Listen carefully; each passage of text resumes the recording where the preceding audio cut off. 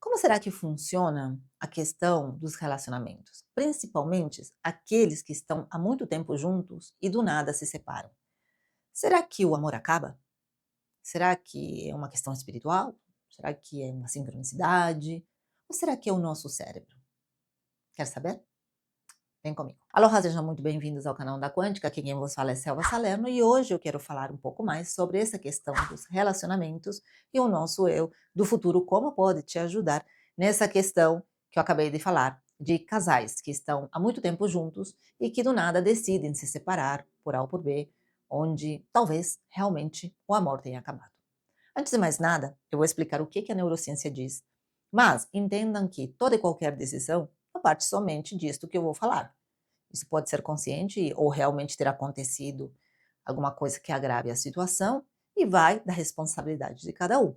Mas é da minha responsabilidade trazer esta informação para complementar e, quem sabe, salvar essa situação. Vamos entender o seguinte: tudo que nós fazemos, toda informação que vem para nós, pela nossa percepção, vai liberar o que a gente chama de hormônio ou neurotransmissor, que são responsáveis por manter determinadas ações dentro e fora do nosso cérebro, ou seja, dentro do nosso cérebro e também fora dele, né, que vai alimentar, obviamente, todos os movimentos que nós vamos fazer, tudo aquilo que nós fazemos e tudo que o nosso corpo também, todo tipo de reação, tá? Todo tipo de ação e reação. Não é diferente na questão dos relacionamentos, dos vínculos afetivos e do vínculo do cuidado. Existe um sistema que é ativo e que vai liberar um neurotransmissor chamado ocitocina, mais conhecido como o hormônio do amor. Esse hormônio, ele fica ativo, né? Ele é produzido, liberado e atua de acordo com o que nós percebemos no nosso ambiente, a informação que vem. O nosso cérebro vai codificar isso aí, em algumas partes que eu vou falar agora, e a partir disso vai ativar esse sistema, liberando este neurotransmissor e, obviamente, ocasionando uma resposta. É assim que o nosso cérebro funciona, como se fosse uma máquina. Você entra com uma informação, ele processa essa informação e vai liberar a permissão para uma determinada ação que vai ser cumprida por aquilo que a gente vai falar, aquilo que a gente vai fazer, por uma ação, certo? Bom, muito bem. Então, as partes responsáveis por este neuropeptídeo, ou seja, por este hormônio neurotransmissor, ele é ativado principalmente no hipotálamo, né? E vai agir na neurohipófise. E ele age em várias áreas do cérebro, como por exemplo, a amígdala, né? Aí nós temos o núcleo accumbens, que é uma parte do sistema de recompensa, e principalmente quando está em conjunto com a dopamina. Aí a gente tem também a questão do córtex pré-frontal. Nós temos a ínsula, tudo que entra, todo tipo de informação, é como se fosse um aeroporto internacional, certo? E, além disso, nós temos o hipocampo, que é quem gerencia as nossas memórias. Tudo isso para promover o vínculo social, afetivo e de cuidado. E como ele é ativado? O sistema é ativado por meio, obviamente, de percepções, aquilo que eu falei. Então, por exemplo, o toque, o abraço, o beijo, o orgasmo. O toque na pele, quando ritmado e afetuoso, ele ativa mecanorreceptores que estão na pele, que recebem essa informação e enviam para o nosso cérebro. E aí, no nosso cérebro, ele começa a produzir e liberar a tal da ocitocina. Além disso, nós temos a conexão emocional e a empatia. Por exemplo, uma boa conversa, uma escuta ativa, sentir-se compreendido. É como se fosse uma empatia verdadeira, que libera essa ocitocina que vai atuar como uma cola social. Ou seja, a pessoa vai vir, vai te escutar, vai promover um bem-estar naquela conversa e vai ser, obviamente, que mútuo, liberando a ocitocina para ambas as partes. Olfato e voz. Você escutar determinado timbre de voz de uma pessoa conhecida, o cheiro também das pessoas conhecidas, também ativam, obviamente, de acordo com o relacionamento que você tem com essa pessoa, a produção de ocitocina. Não diferente também, nós temos essa questão na maternagem, quando nós cuidamos ou somos cuidados por alguém, liberando isso. Assim também com o relacionamento com os nossos queridos pets. Além disso, a ocitocina é liberada na sexualidade e no orgasmo. Então, dito tudo isso, o que acontece num relacionamento de longa data? Muito bem. Neurocientistas descobriram, por meio de um estudo, que eu vou deixar anexado aqui embaixo na descrição deste vídeo, que os estágios do relacionamento, eles podem ter mais produção de ocitocina ou decair. E eu quero dizer uma coisa, a ocitocina, em reações adversas, pode promover o contrário. Se de um lado ele promove o vínculo social, né, de apego, de afeto e de cuidado, por outro lado, ele pode ser responsável pela aversão do percebido, como se fosse do outro time. Por quê? Porque ele fortalece o vínculo com quem é do grupo. Então, se você está no grupo, por exemplo, esse pessoal que torce por um time, né? Se você, eu sou do Corinthians, vai Corinthians, então aí você tem amigo. E quando você vê alguma coisa do outro time, essa ocitocina faz o contrário. Dito isso, a ocitocina, ela pode variar de acordo com aquilo que você também espera de uma outra pessoa ou de uma relação. Então, quando você começa a se relacionar com alguém e esse alguém tem certas propriedades, vamos dizer assim, você termina criando, né? Como eu falei no outro vídeo que eu estou deixando por aqui, caso você não tenha visto, ela vai criar uma novela. Então, você vai ter nessa pessoa o ideal que você tanto procura. Você vai alimentar essa expectativa, obviamente, e isso vai gerar em você uma sensação de prazer. E quando tem sensação de prazer, tem dopamina. E quando isso está fora do controle, muitas vezes vira aquele vício em querer ver a pessoa, né? Aquela questão, não, eu preciso estar do lado daquela pessoa, né? Você liga, você manda mensagem, você começa a ser um pouco pesado nessa questão, a pessoa já não te aguenta mais, mas na maioria das vezes isso é recíproco e está tudo bem.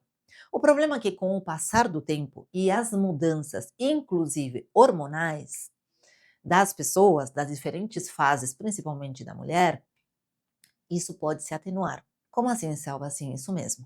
Quando alguma das pessoas ou ambas as partes estão passando por essa transição hormonal, por exemplo, a mulher na menopausa e o homem na andropausa, essas alterações biológicas, não totalmente, mas elas podem provocar, sim, esse rompimento, essa separação. Na questão, obviamente, da mulher, a redução da progesterona e da testosterona vai fazer reduzir a libido, ocasionando cansaço, alteração de humor e dificuldade do sono.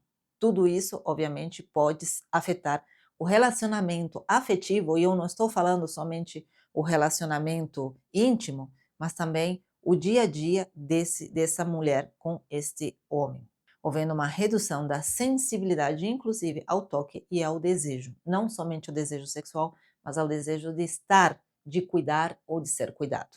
Não diferente, na andropausa, há uma queda gradual da testosterona, podendo ocasionar a diminuição da iniciativa sexual, cansaço, irritabilidade e, obviamente, queda da autoconfiança. Essas mudanças não são somente físicas, elas são neuroquímicas e elas podem afetar de alguma maneira, sim, os circuitos de motivação, empatia, recompensa e apego, fazendo com que ambas as partes ou uma das partes não tenham desejo de estar junto, a tolerância entre ambos e a vontade de ter uma conversa ou fazer outro tipo de ação cotidiana no dia a dia. Por quê? Porque todas essas ações, sim, são moduladas por esses neurotransmissores. Quando isso acontece, o casal, para vocês entenderem quais são os sinais, é o seguinte: existe uma rejeição velada de um não querer estar com outra pessoa, e aí surgem as muletas. Vamos junto. Não, não posso porque eu tenho que arrumar a porta. Não posso porque eu tenho que fazer o bolo para levar para a igreja. Eu não posso porque eu tenho que levar o cachorro para passear. E por aí vai. Então, a vontade de estar junto, ela é velada, se usando de muletas, de alguma coisa, de alguma objeção para não haver determinadas conversas ou ações onde ambos participam juntos. Falta de conexão emocional, diminuição na intimidade, isso é óbvio, isso começa por aí. E aumento de críticas, aumento de reclamações, aumentos de retraimento, né? Querer estar mais sozinho, isolado, fugir da rotina. Tudo isso são sinais de que o casal pode estar passando por isso, ou que uma das partes está com esse déficit. E aí surge aquela bendita frase: não sei o que aconteceu, acho que a gente se perdeu.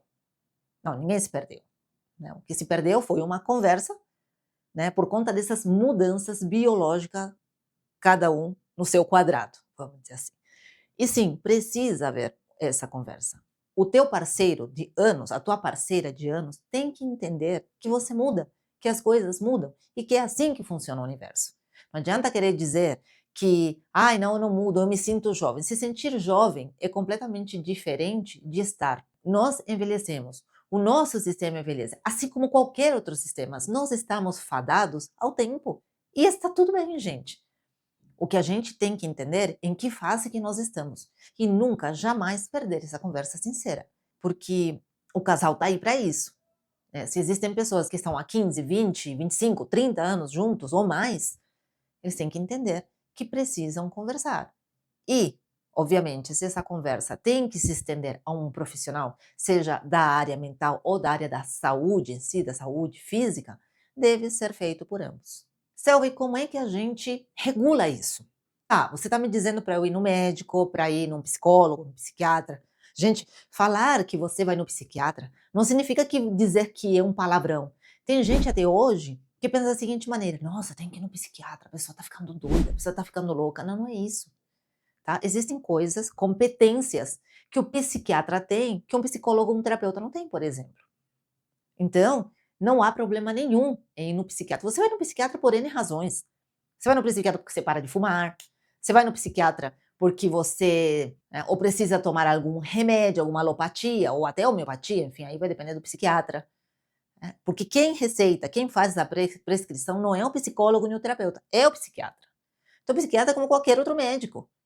Né? É como se fosse um, sei lá, um oftalmo, um dentista, é como qualquer outro médico. Pelo amor de Deus, vamos parar com essas tolices que tem gente ainda que diz assim, ai meu Deus, fui no psiquiatra, certo? Então, além disso, além de vocês irem, se for necessário, se fizer necessário, vocês têm que entender que o cérebro, independente da idade, ele precisa ser estimulado. Então, se você está passando por isso, a dica que eu te dou é a seguinte: criar novas experiências juntos e manter o cérebro engajado. Por exemplo, viajar juntos, se vocês podem, fazer trilhas, fazer caminhadas, fazer coisas novas. Vocês têm que dar motivos para que o cérebro produza essa ocitocina. E casais que têm essa conversa aberta, inconscientemente ativam esse sistema sobre velhice, sobre costumes, sobre o que eles podem fazer ou não podem fazer. Quando você se abre verdadeiramente para outra pessoa, você ativa a empatia, você ativa os neurônios espelho da outra pessoa. E aí ela tenta entender melhor o que está passando, ela tem uma percepção melhor do que está se passando no seu corpo, neste momento ou nesta situação que abrange as duas pessoas. Então, ativar o teu eu do futuro é isso. É você ter percepção daquilo que poderia ser. Por isso que é tão importante que todos os casais, não somente casais que já estão mais à frente, tenham esse tipo de conversa sempre. Ativem sempre esse sistema ocitocinérgico. Porque é isso que vai manter a relação para sempre. Ou até onde der, obviamente, né? Claro. Então, se você quer ter essa parceria, essa compatibilidade, essa amizade, porque obviamente você tem essa parte do sexo, da atração, etc e tal, mas você também tem que compactuar com a pessoa. Vocês têm que ter interesses em comum. E para que isso se consolide, vocês precisam, obviamente, ter esse tipo de conversa, esse tipo de intimidade, que vai além, obviamente, do toque, que vai além da pele. Portanto, o amor também é neuroplasticidade, ou seja, você estar ativo e sempre trazer novidades para a relação, principalmente nessa questão do cuidado, nessa questão da empatia e nessa questão da reciprocidade. Assim sendo, o casal precisa se remodelar sempre. E se você quer ter mais inteligência emocional e se conhecer de fato, eu vou te fazer um convite. Vem comigo na Jornada Sensório. O link está aqui embaixo, é só me chamar. Grande beijo no coração. Aloha! Até o próximo vídeo.